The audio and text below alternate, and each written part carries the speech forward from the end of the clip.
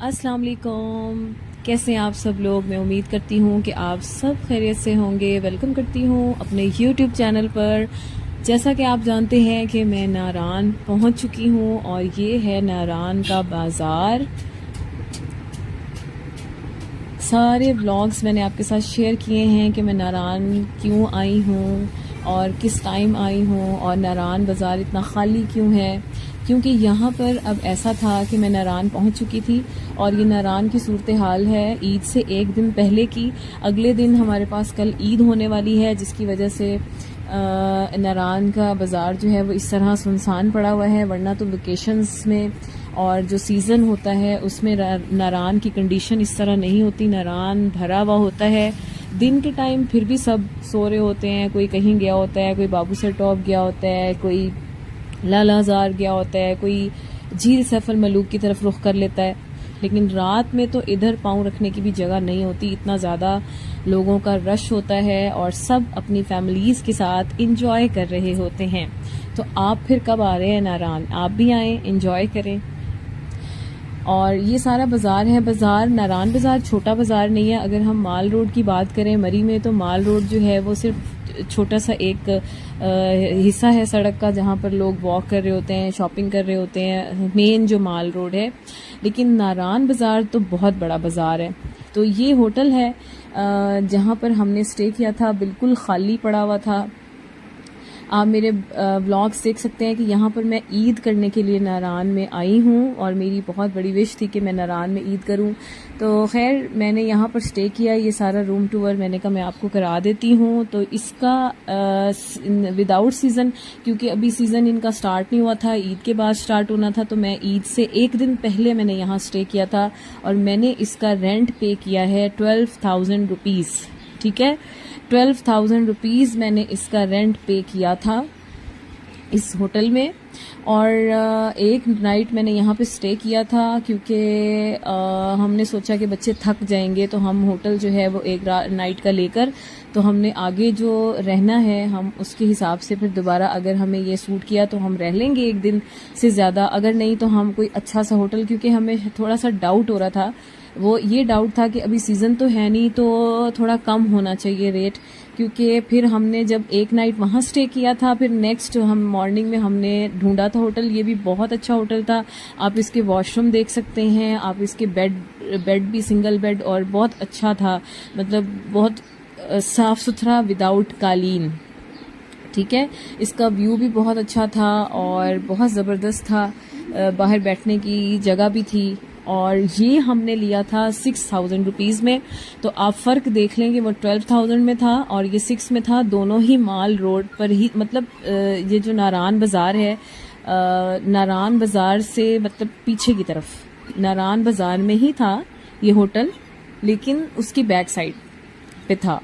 मतलब आप walking distance पे 2 मिनट आपकी वॉक भी नहीं करते होंगे तो फ़ौरन जो है वो सड़क आपकी स्टार्ट हो जाती है। तो ये वहाँ पर मौजूद था। और यहाँ पर आगे थोड़ा सा हम चल के आए, हमने होटल लिया, हम फ्रेश हुए और निकले घर से बाहर। तो ये सारे लोकल्स के बच्चे जो है वो बाहर झूले ले रहे थे और सारे होटल्स में तकरीबन सब सफाई कर रहे थे, तमाम होटल्स वाले। और बहुत अच्छा जो है वो लग रहा था कि सिर्फ लोकल्स की शक्लें नज़र आ रही थी। बच्चियाँ, बच्चे सब खेल रहे थे, कोई भी टूरिस्ट जो है वो नहीं था। बहुत कम लोग थे, वो भी बड़े थे, बच्चे नहीं थे ज़्यादातर। तो ये सारे घर जो हैं वो लोकल्स के थे। और उन बच्चियां वहाँ पर हमें 2-3 मिली और उन्होंने कहा कि आओ हम ना आपको पानी के पास लेके चलते हैं, हमें बहुत मज़े का रास्ता पता है। तो हमने कहा अब होटल में बैठ के क्या करें, नारान में तो सारा बाज़ार था, तो हमने सोचा रात को जाएंगे। तो हम फिर हिम्मत की, हम कमरे से बाहर आए। सही बताऊं तो मुझे बोरियत भी बहुत हुई कि कोई भी नहीं है, कोई बंदा भी नहीं है, सिर्फ हम ही हैं यहाँ पर। तो फिर जब मैंने लोकल्स को देखा, लोकल्स के घर देखे, बच्चियाँ देखी, उनके बच्चे देखे, सब खेल रहे हैं। सब आपको पता है कि उनके माँ बाप घर में चीज़ें लेकर आ रहे थे, मिठाई लेकर आ रहे थे, क्योंकि जैसे हमारे घरों में बहुत सा एहतमाम होता है मिठाई का और चीज़ें लाने का, बहुत एहतमाम होता है। इसी तरह ये लोग भी एहतमाम कर रहे थे और बच्चियां जो हैं वो मुझे नीचे वाटर के पास लेकर गई थी। हमने बहुत इंजॉय किया, बच्चे बहुत खेल रहे थे और जो मौसम था कमाल मौसम था। ज़ाहिर है घर वालों की भी याद आ रही थी कि ईद है, ज़ाहिर है ईद आने वाली है आगे, तो थोड़ा सा मुझे अजीब भी लग रहा था क्योंकि ज़ाहिर है बकरा ईद मैंने कभी भी घर से बाहर नहीं की। छोटी ईद तो काफ़ी दफ़ा मैंने घर से बाहर की, लेकिन बकरा ईद जो है वो मैंने कभी घर से बाहर नहीं की थी, तो मुझे बड़ा अजीब लग रहा था। और रास्ते में बकरे में देख रही थी बड़े ही खूबसूरत, क्योंकि वो एक कुर्बानी का होता है कि आपने कुर्बानी करनी है, बच्चे खुश हो रहे होते हैं। तो खैर बच्चे अल्हम्दुलिल्लाह यहाँ पर भी बहुत खुश थे और मैं भी बहुत ज़्यादा खुश थी, क्योंकि मैं अपनी बहुत बड़ी विश को पूरा करने आई थी। और ऐसी विश ज़बरदस्त किस्म की विश के पानी जा रहा है, दरिया बह रहा है, पहाड़ हैं, पहाड़ों की चोटियों पर बर्फ़ है और मौसम इतना सुहाना अच्छा। ये पीक्स देखें आप, पीक्स के ऊपर किस तरह से बर्फ़ पड़ी हुई है और दरमियान बिल्कुल ये ना दरमियान में थी जगह और साइड पे पानी जा रहा था। और यहाँ का रास्ता हमें नहीं पता था, यहाँ पे लोकल्स जो बच्चियाँ थी उन्होंने ही मुझे यहाँ तक लेकर आए और बहुत टफ़ रास्ता था। मैंने फ़ोन बंद कर दिया था तब, तो मैंने कहा अगर मैंने शॉर्ट किया तो फिर मैं गिर जाऊँगी। तो बहुत ख़तरनाक ही रास्ता था जो वो नीचे मुझे लेकर आ रही थी, बहुत स्लिपरी। उनको तो आदत होती है, तो खैर हमें तो आदत नहीं थी, तो फिर मुझे तो बहुत इशू हुआ नीचे उतरते हुए। बिल्कुल ऐसे फ्लैट टाइप जगह थी जहाँ से वो मुझे नीचे उतार के लाई और बड़ा खूबसूरत जो है ये माहौल था कि आप ग्रीन ग्रास के ऊपर बैठकर आप इंजॉय कर रहे हैं और ज़िंदगी के कुछ पल आप इंजॉय कर रहे हैं। वैसे तो सारा दिन हमारे काम ही ख़त्म नहीं होते, स्पेशली वुमेंस के, कभी कुछ कभी कुछ कभी कुछ। ज़िंदगी की भाग दौड़ में हम हमेशा लगे रहते हैं, तो ज़िंदगी की भाग दौड़ से निकल कर आप इन खूबसूरती को भी तो इंजॉय करें ना।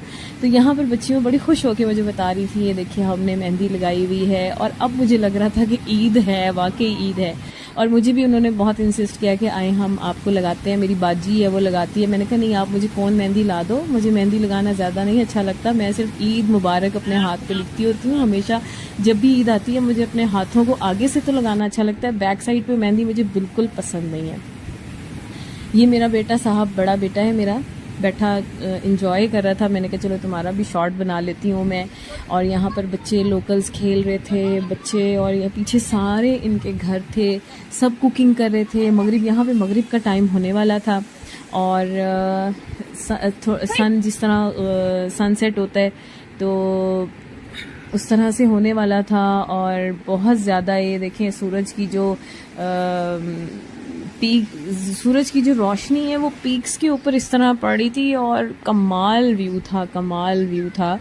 और मैं कहती हूँ कि कैमरा उसको चीज़ को कैप्चर नहीं कर सकता जो आपकी आंखें देख रही होती हैं। खैर हमने बहुत इंजॉय किया दरिया के पास और हम निकले, बच्चियों के साथ खूब गप्पे मारी। और अपनी बेटियों को भी मैंने मेहंदी लगवा ली थी, बच्चियों से कह के कि आप मेहंदी लगा दें, तो यहाँ पर तो कोई मेहंदी लगाने वाला नहीं है तो आप लगवा दो। तो उसने बहुत ज़बरदस्त बच्चों को मेहंदी लगाई। और उसके बाद फिर हम बाज़ार की तरफ आए। बाज़ार में भी तैयारियां शारियां हो रही थी, लेकिन हमारे जहाँ पर हम रहते हैं हमारे शहरों में तो बहुत हल्ला गुल्ला और बहुत ज़बरदस्त एक रौनक होती है। तो यहाँ पर आप देख लें कि ईद से एक दिन पहले की क्या हालत है यहाँ पर, कि सब कुछ बंद हो रहा था और कम से कम लोग थे। और यहाँ पर एक मून रेस्टोरेंट न्यू बना था नारान बाज़ार में, तो मैंने उसको कैप्चर करने की कोशिश की थी। और ये सारी कंडीशन मैं आपको दिखा रही हूँ कि चलें ईद के बाद की तो कंडीशन आप देखते ही होंगे, लेकिन ईद से पहले की कंडीशंस आपको पता नहीं होंगी, वो मैं आपसे शेयर कर रही हूँ। यहाँ पे देखें moon restaurant, moon restaurant Babusar top की तरफ भी आता है, हो सकता है उनकी ब्रांच हो, लेकिन मुझे कंफर्म पता नहीं है। लेकिन ये न्यू था, झूले शूले लगे हुए थे। ज़रा मेरी बेटी बड़ी इंजॉय कर रही थी कि मैंने मम्मा झूले लेने हैं। मैंने कहा चलो आप ले लो, मैं जब तक मून रेस्टोरेंट को भी कैप्चर कर लेती हूँ। नेक्स्ट मॉर्निंग हमारी सुबह हो चुकी थी। होटल के बारे में मैंने आपको बता दिया था कि एक नाइट मैंने वहाँ स्टे किया था, नेक्स्ट नाइट मैंने दूसरे होटल में स्टे किया था। और यहाँ पर हम चल पड़े हैं जी अब बाबूसर टॉप की तरफ। और अपनी गाड़ी होने का फ़ायदा बहुत ज़्यादा होता है, लेकिन मैंने आपके साथ ये ब्लॉग शेयर किया कि जब आप निकलते हैं तो अपनी गाड़ी को वर्कशॉप पे ज़रूर चेक करवाया करें और उसके बाद ही आप जो है वो निकला करें, क्योंकि कोई भी ख़राबी हो सकती है। बाकी अल्लाह ताला जहाँ पे भी जो भी लोग इस वक्त गए हुए हैं और जो लोग जाते हैं सैर को, खैरियत से आप लोग वापस आए, अपना सदका वगैरह और अल्लाह के नाम पर पैसे ज़रूर दिया करें कि अल्लाह ताला आप लोगों का सफ़र आसान करे। और हम चल पड़े हैं खूबसूरत सफ़र की तरफ, और ये बाबूसर टॉप की तरफ हम जा रहे थे। हमने सुबह सुबह उठ गए थे हम, और आप देखें कि इतनी ज़्यादा कोई रश नहीं, कोई गाड़ियाँ नहीं, कोई कुछ नहीं, कोई टूरिस्ट नहीं, सुकून पुरसुकून माहौल था। ये हमारा ईद का दिन था जब हम गए थे बाबूसर टॉप, ठीक है। ये हमारा ईद का दिन है, ईद का फर्स्ट डे है जो हमने बाबूसर टॉप में एंजॉय किया था। रास्ते में से हमने ले लिए थे फ्रूट्स जो आप वीडियो में देख चुके हैं। खुबानी थी, उसमें मैंगो थे, बहुत ज़बरदस्त जो है वो एंजॉय किया हमने। ये भी एक अलग एक्सपीरियंस था, क्योंकि मुझे वैसे ऐसा नहीं होता कि बिल्कुल अकेला मुझे अच्छा लगता है कि लोग हो ही ना, लेकिन ऐसा नहीं है। लेकिन ये जो एक्सपीरियंस था ये भी बेस्ट एक्सपीरियंस था, क्योंकि जब आप बाबूसर टॉप की तरफ जाते हैं इतनी ज़्यादा गाड़ियाँ होती हैं कि आपकी अटेंशन जो है वो रोड पे रहती है, और मतलब आपको केयर करनी पड़ती है कि अब रश कितना कम हुआ, या रुक रहे हैं बार बार, या जा रहे हैं, इस तरह की कंडीशन रहती है। लेकिन इस बार का जो बाबूसर टॉप का हमारा सफ़र था और जो पुरसकून माहौल था, हमें एक जगह पे भी नहीं रुकना पड़ा। पिछले साल जो है हम जब सफ़र पर निकले थे, जब बाबूसर टॉप की तरफ जाना था हमने, तो बहुत रश था। सेकंड डे था, थर्ड डे था, आई थिंक थर्ड डे था जब हम बाबूसर टॉप की तरफ गए थे, क्योंकि मैं ईद के सेकंड डे निकलती हूँ, तो थर्ड या फोर्थ डे मैक्सिमम हो सकता है, मुझे एग्जैक्ट याद नहीं है, फोर्थ डे हो सकता है। तो ये सारा राफ्टिंग का सामान देख लें आप, सारा पड़ा हुआ है ऐसे। ये तैयारियां कर रहे थे अभी, ये जो गुजरी हैं, ये राफ्टिंग होती है इस पर, कि आप इसके ऊपर बैठ के, आपने काफ़ी सारी वीडियोज़ देखी होंगी यूट्यूब पर, तो आप सर्च करके देख सकते हैं कि राफ्टिंग क्या होती है, जो नारान में होती है, तो आपको पता चल जाएगा।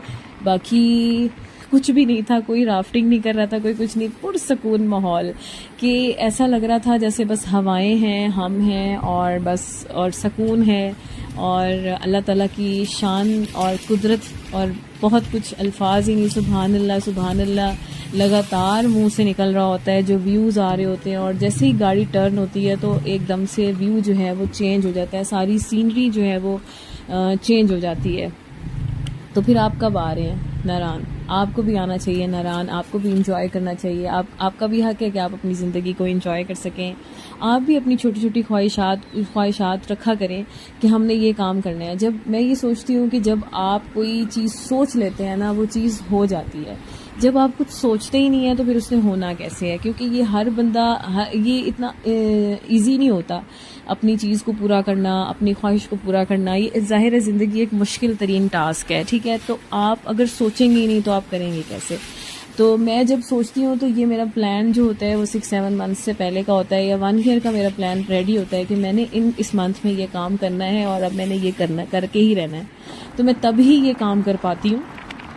ऐसा नहीं है कि आप चुटकी बजाएं और काम हो जाए, ऐसा नहीं होता। उसके लिए आपको प्रिपरेशन करनी पड़ती है, आपको अमाउंट जो है वो जमा करनी पड़ती है, आपको अपनी चीज़ें देखनी पड़ती हैं कि आप कब निकल सकते हैं, कब आपकी हॉलीडेज़ हैं, कब आप अपने घरेलू मामलात से निकल कर आप जा सकते हैं। तो आपको भी प्लान करना चाहिए, अल्लाह ताला की खूबसूरत जगहों को विज़िट करना चाहिए, और ख्वाहिश होनी चाहिए कि हमने देखना है। जब आपके दिल में ख्वाहिश ही नहीं होगी तो फिर आप बस वीडियोस में एंजॉय करते रहें, फिर आप दूसरों की वीडियो को ही देख देख के एंजॉय करते रहें, फिर आप खुद तो एंजॉय नहीं कर सकते।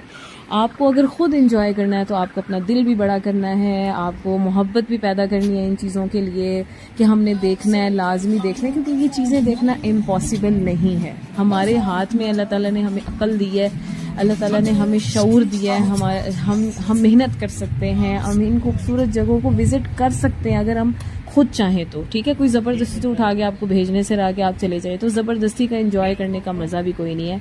यहाँ पर जी ग्लेशियर स्टार्ट हो रहे थे, और बाबूसर टॉप जो है वो हाइट पे है, और कुछ गाड़ियाँ जो हैं वो जा रही थी बाबूसर टॉप की तरफ, लेकिन रश बिल्कुल भी नहीं था।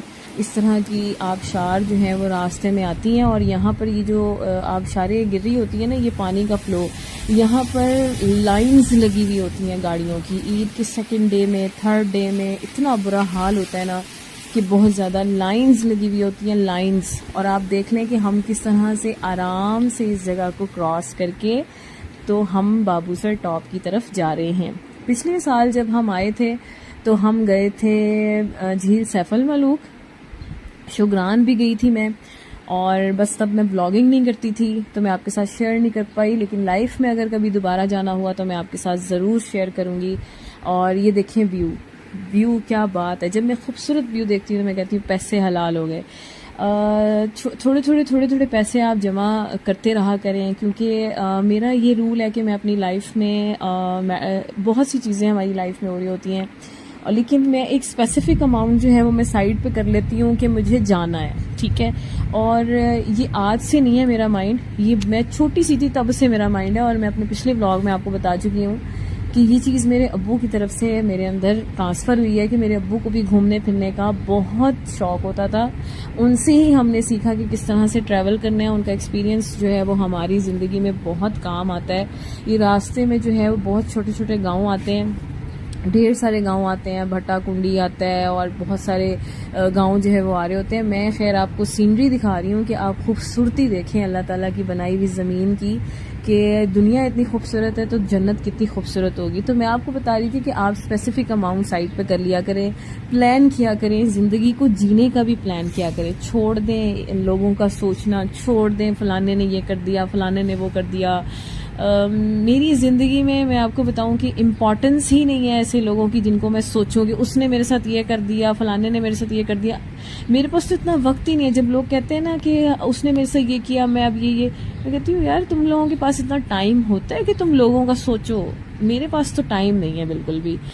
तो मैं तो जीना चाहती हूँ अपनी ज़िंदगी को इन पहाड़ों में, इनकी ठंडी, जब इसकी ठंडी हवा आप मुझे अकेला भी भेज देना तो मैं ये समझती हूँ, अगर मुझे अकेला जाना पड़ जाए, आप मुझे क्या भेजेंगे? अगर मुझे अकेला जाना पड़ जाए और मैं अकेली सड़क पे खड़े होकर खाली हवा को ही फील कर लूँ ना, तो मेरी इंजॉयमेंट इसके साथ भी हो जाती है। मुझे इतना अच्छा लगता है अपने साथ वक्त गुजारना, अपनी ज़ात के साथ वक्त गुजारना मुझे बेहद पसंद है। इसलिए मैं कभी भी प्रेफर नहीं करती कि इतनी पलटोन को उठा के मैं साथ ले जाऊं, जैसे वो मामा चाचा पकड़ लूं, ताया पकड़ लूं, उसकी फैमिली। ये शोर शराबा मुझे बिल्कुल पसंद नहीं है। हाँ, जाना चाहिए, हर किसी की अपनी सोच होती है कि वो अपनी फैमिलीज़ को प्रेफर करते हैं जी साथ हो जाएं, एक साथ हो जाएं, एक साथ होके आए, उसका एक अलग मज़ा है। लेकिन मैं कहती हूँ कि आपको अपना टाइम, आप घर से निकले हैं, आपने इतनी एफर्ट की है, आप इतना सफ़र कर रहे हैं, ये चिक चिक चिक चिक मेरे लिए ये चिक चिक चिक चिक चिक चिक है। क्योंकि मुझे ऐसा सफ़र बिल्कुल भी पसंद नहीं है। मुझे मेरी फैमिली ही बहुत है, मेरे बच्चे, मेरा शौहर, मैं खुद सबसे बड़ी अपनी ज़ात, जिसको अपनी ज़ात से बहुत मोहब्बत है, और मैं अपने ज़ात के लिए इनफ हूँ। और मुझे ख़ुद के साथ सफ़र करना अच्छा लगता है बजाय इसके कि मैं पूरा ख़ानदान इकट्ठा कर लूँ। मुझे ऐसा लगता है कि ठीक है, आपको जाना चाहिए, उनका एक अलग टाइम होना चाहिए, आप उनके साथ भी ज्वाइन करें। आप ऐसा नहीं कि आप उनको ना लेके जाएं, ठीक है, मिलजुल के आता होगा मज़ा। लेकिन मेरी अपनी सोच है, मेरे अपने थॉट्स हैं, तो मुझे ऐसा मज़ा नहीं आता। मुझे पुरसकून माहौल में मज़ा आता है। मैं चाहती हूँ कि कोई शोर शराबा ना हो, कोई शोर ना हो, कोई चिक चिक ना हो, उसने ये खाना है, मैंने ये खाना है, फ़लाने का बच्चा रो रहा है टाँ टाँ मुझे ये चाहिए, फ़लाने का बच्चा रो रहा है टाँ टाँ। तो मुझे ये चीज़ें बिल्कुल पसंद नहीं है। तो मैं ऐसा भी नहीं कहती कि फैमिली और ख़ानदान के लोग इम्पॉर्टेंट नहीं होते, ख़ानदान के लोग भी इम्पॉर्टेंट होते हैं, फैमिली वाले लोग भी इम्पॉर्टेंट होते हैं, लेकिन हर किसी की थॉट, वही मैंने कहा, हर किसी की थिंकिंग और थॉट्स, फीलिंग्स डिफरेंट होती हैं। तो जस्ट मैं इसलिए आपको बता रही हूँ कि कुछ लोग होंगे जो मुझे देख रहे हैं, जो मेरी जैसी फीलिंग्स रखते होंगे, जिन्हें सुकून पसंद होगा, तो वो समझ सकते हैं इस बात को, ठीक है। तो ये बहुत ज़बरदस्त, हम पहुँच चुके थे भाटा कुंडी, और यहाँ पर इतने ज़्यादा रेस्टोरेंट्स बन चुके हैं ना, लेकिन इधर सिग्नल्स का बहुत प्रॉब्लम है। मैंने बहुत कोशिश की थी एक दफ़ा कि हम यहाँ पे भी रुक के देखते हैं। अभी महांदरी भी आता है, सॉरी महांदरी तो पीछे आता है, मुझे एग्जैक्ट लोकेशंस नहीं पता, अभी नाम मुझे याद नहीं है, लेकिन मैं नेक्स्ट टाइम जाऊँगी तो ज़रूर बोर्ड वगैरह आपको पहुँच के बताऊँगी कि मैं यहाँ पहुँची हूँ या ये जगह यहाँ पर है। लेकिन अभी फ़िलहाल फ़र्स्ट टाइम मेरा एक्सपीरियंस था विद व्लॉग, ठीक है। तो मुझे इतना नहीं समझ आ रहा था कि मैं क्या बताऊं और क्या करूं, क्योंकि मुझे नहीं अंदाज़ा, तो इस वजह से मैं नहीं बता पा रही कि मैं कहाँ पहुंची हूं। लेकिन बड़ी खूबसूरत ही जगह है।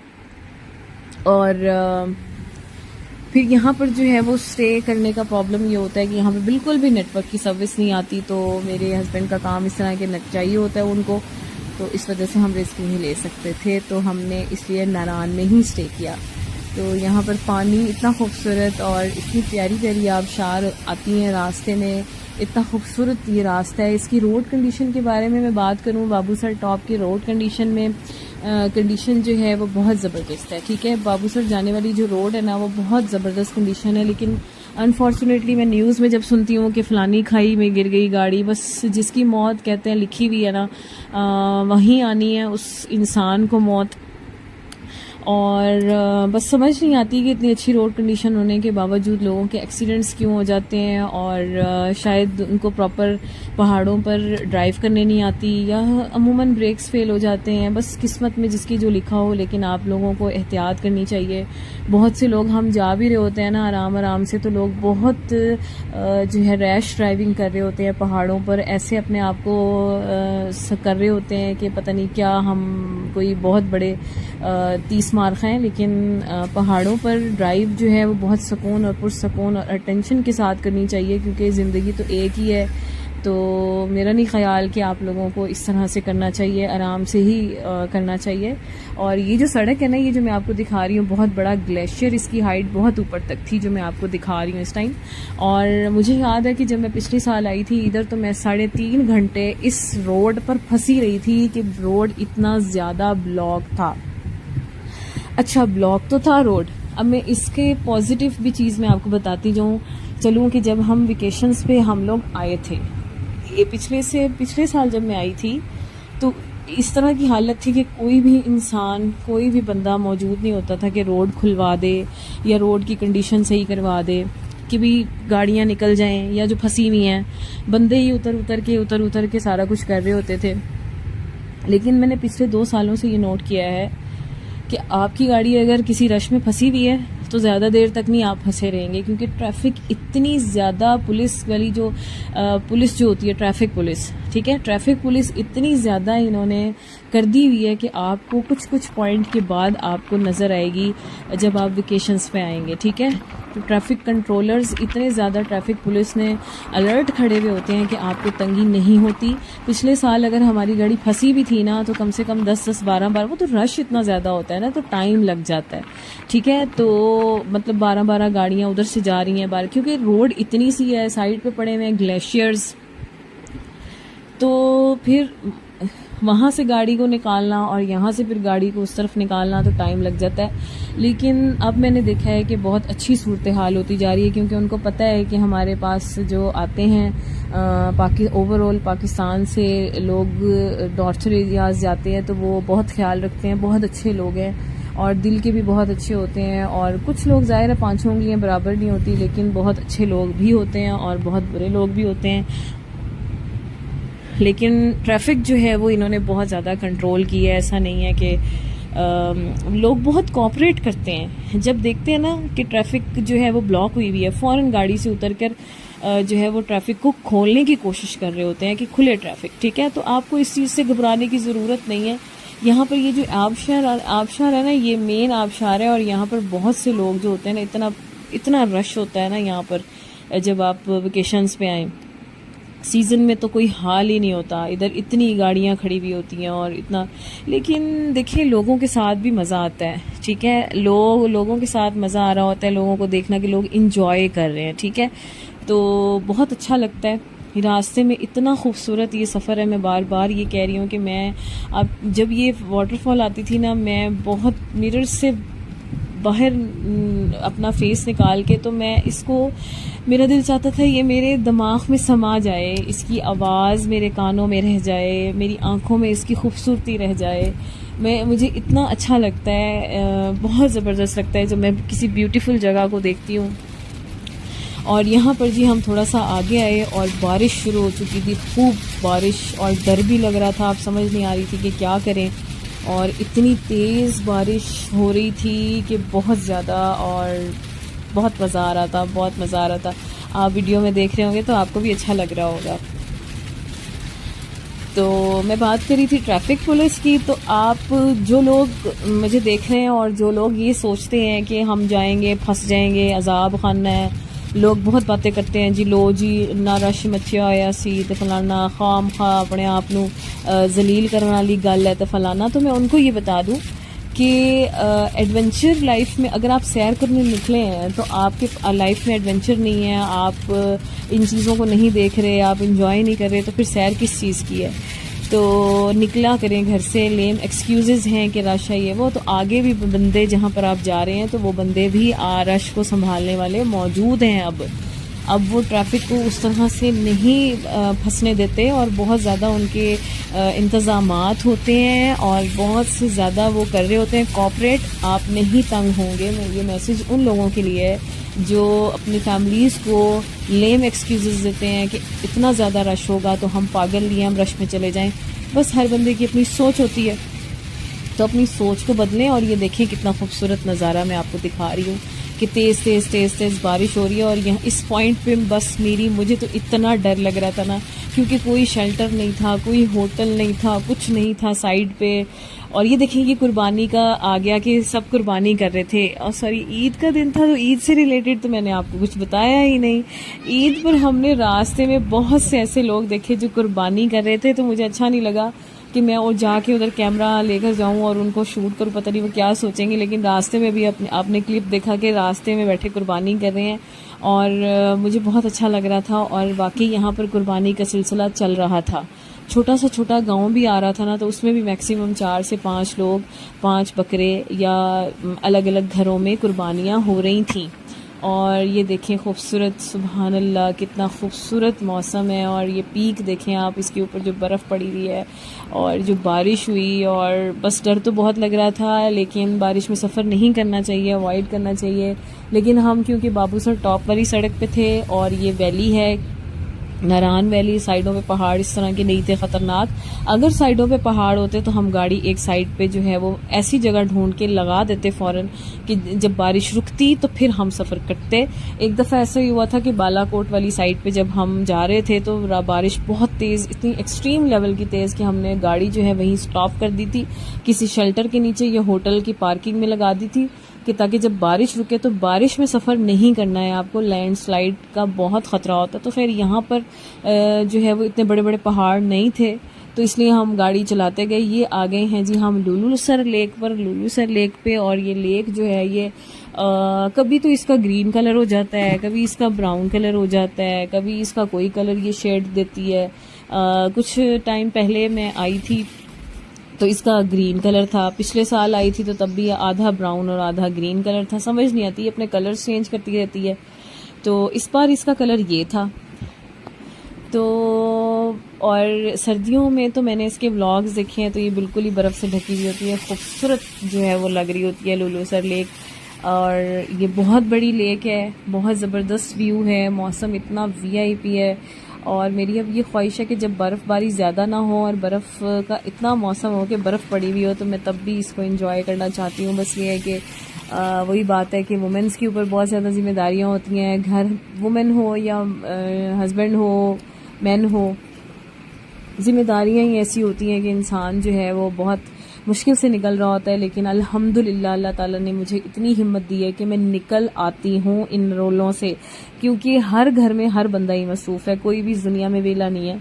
लेकिन अपनी छोटी छोटी ख्वाहिशों को पूरा करने के लिए आपको ज़रूर एफ़र्ट करनी चाहिए। अपनी छोटी छोटी ख्वाहिशों को पूरा करने के लिए आपको घर से ज़रूर निकलना चाहिए। आप जब इन चीज़ों को देखते हैं ना तो आपके दिल को बहुत सुकून मिलता है और एक रीस्टार्ट मिलता है आपके माइंड को, आपकी लाइफ को, कि आपको सुकून मिलता है। बहरहाल ये देखिए कितना खूबसूरत व्यू है, आपका दिल खुश हो जाता है। जब आप भी निकलेंगे ना घर से, जब आप भी कहेंगे इन जगहों पर, तो आपके दिल को भी सुकून पहुंचेगा। तो आप अपनी बीवियों को लेकर आया करें और बीवियां भी ज़रा हिम्मत करें, अपने शोहरों को ज़रा अलर्ट करें, ज़रा हिम्मत दें। क्योंकि देखिए सफ़र करना सिर्फ एक बंदे का काम नहीं होता। जब तक आप खुद एफर्ट नहीं करते, जब तक आप खुद एनर्जेटिक, मेरा ख्याल है कि मेन से ज़्यादा वुमेन को एक्टिव होना चाहिए। वुमेन को इसलिए एक्टिव होना चाहिए कि वुमेन जो है ना उसने पैकिंग करनी है, उसी ने सब कुछ करना है, उसी ने बच्चों को देखना है। उसके अंदर जब तक हिम्मत नहीं होगी तो फिर जाहिर है शौहर बेचारा क्या करे। जब औरत ही ढीली ढाली सी है, उसे ही शौक नहीं है, कुछ करने का, क्योंकि आपने पुट करनी है अपनी एफर्ट, ठीक है। आप जब अपनी एफर्ट पुट करेंगे तो आपके बच्चों को भी वही आदत बन जाएगी, आपके बच्चे भी एफर्ट करेंगे, आपके बच्चे भी सफ़र में बहुत कुछ सीख रहे होते हैं। जैसे मेरे बच्चों ने बहुत कुछ सीखा होगा मेरी लाइफ से, मैं जिस तरह उनको लेके आती हूँ हर साल और निकलती हूँ अपनी मसरूफियत से, और वो भी मेरे साथ, मुझे अच्छा लगता है कि मैं उनको सिखाती हूँ, मैं उनको बताती हूँ कि बेटा आपने भी इस तरह आना है, अपने बच्चों को लेके आना है, आपने भी कभी नहीं इस तरह करना कि आपने नहीं आना। इस खूबसूरत, ये देखें कितना प्यारा जो है वो सारा बना हुआ है। ये खूबसूरत, ये चीज़ें भी देखना बहुत इम्पॉर्टेंट है, ये चीज़ें देखना भी बहुत इम्पॉर्टेंट है। आप यकीन करें, जो लोग यहाँ पर नहीं आए ना बाबूसर टॉप की तरफ, अगर जब वो आ जाएंगे ना तो उनका दिल खुश हो जाएगा। निकल आए घर से, जहाँ आपने एक कुछ करना होता है ना लाइफ में, तो वो हो जाता है। जब आप सोचते हैं, आप नियत तो करें, आप नियत करें आने की। जब आप नियत करेंगे, आप तहे दिल से कोशिश करेंगे, तो आप इस तरह की ग्लेशियर्स, इस तरह की खूबसूरत नज़ारे आप भी इंजॉय कर सकते हैं। जो लोग मेरे चैनल पे न्यू मुझे देख रहे हैं, वो मेरे चैनल को ज़रूर सब्सक्राइब करें, और मेरी वीडियोस आपको कैसी लगती हैं वो मुझे ज़रूर बताइएगा। और ये 2 गाड़ियाँ जो हैं, मुझे लगता है आगे बाबूसर टॉप की तरफ जा रही थी। जब हम ईद पे पहुँचे थे बाबूसर टॉप पे, तो मैक्सिमम 60 to 70 फैमिलीज़ जो हैं वो आई हुई थी बाबूसर टॉप पर। काफ़ी लोग थे जिन्होंने आगे हुंजा जाना था, और ऐसा नहीं लग रहा था कि सिर्फ हम ही अकेले हैं, और ऑल ओवर पाकिस्तान से लोग आए हुए हैं। तो ज़ाहिर 60, 70, 80 भी हों फैमिलीज़, तो कम, मेरी नज़र में तो कम ही हैं जो ईद अपने घर से बाहर कर रहे थे। बाकी जो है वो रश जो है वो दूसरे दिन पड़ना शुरू हुआ था, ईद के दूसरे दिन। ये हमारा ईद का पहला दिन था, और ये देखें इतनी खूबसूरत ये आबशार ऊपर से गिर रही है और बर्फ़ पड़ी हुई है, और किस तरह से ये बर्फ़ के अंदर से पानी जो है देखें निकल रहा है बाहर, और ये साइड पे ग्लेशियर, मैं कहती हूँ इंतहा का खूबसूरत सफ़र है बाबूसर टॉप का। और अनफॉर्चुनेटली बाबूसर टॉप पर मेरी तबीयत बहुत ख़राब होती है ऑक्सीजन की कमी होने की वजह से। एक दफ़ा मैं चाइना बॉर्डर गई थी, तो ऑक्सीजन की कमी की वजह से मेरी तबीयत बहुत ज़्यादा ख़राब होती है। तबीयत ऐसी ख़राब होती है कि मुझे वॉमिट होना शुरू हो जाती है, और मेरे सर में बिल्कुल इतनी शदीद दर्द होती है कि मैं स्टे ज़्यादा नहीं कर पाती। और ये देखें खूबसूरत पहाड़, हम बाबूसर टॉप पहुंचने वाले हैं। मैं उम्मीद करती हूँ कि आप अब ज़रूर आएंगे अपनी फैमिलीज़ को लेकर बाबूसर टॉप, और आप दिखाएंगे उनको बाबूसर टॉप का खूबसूरत नज़ारा। उठें, हिम्मत करें, अपनी ज़िंदगी को भी जीने का हक़ रखता है हर कोई, तो आप भी जिएं अपनी ज़िंदगी को, इंजॉय करें।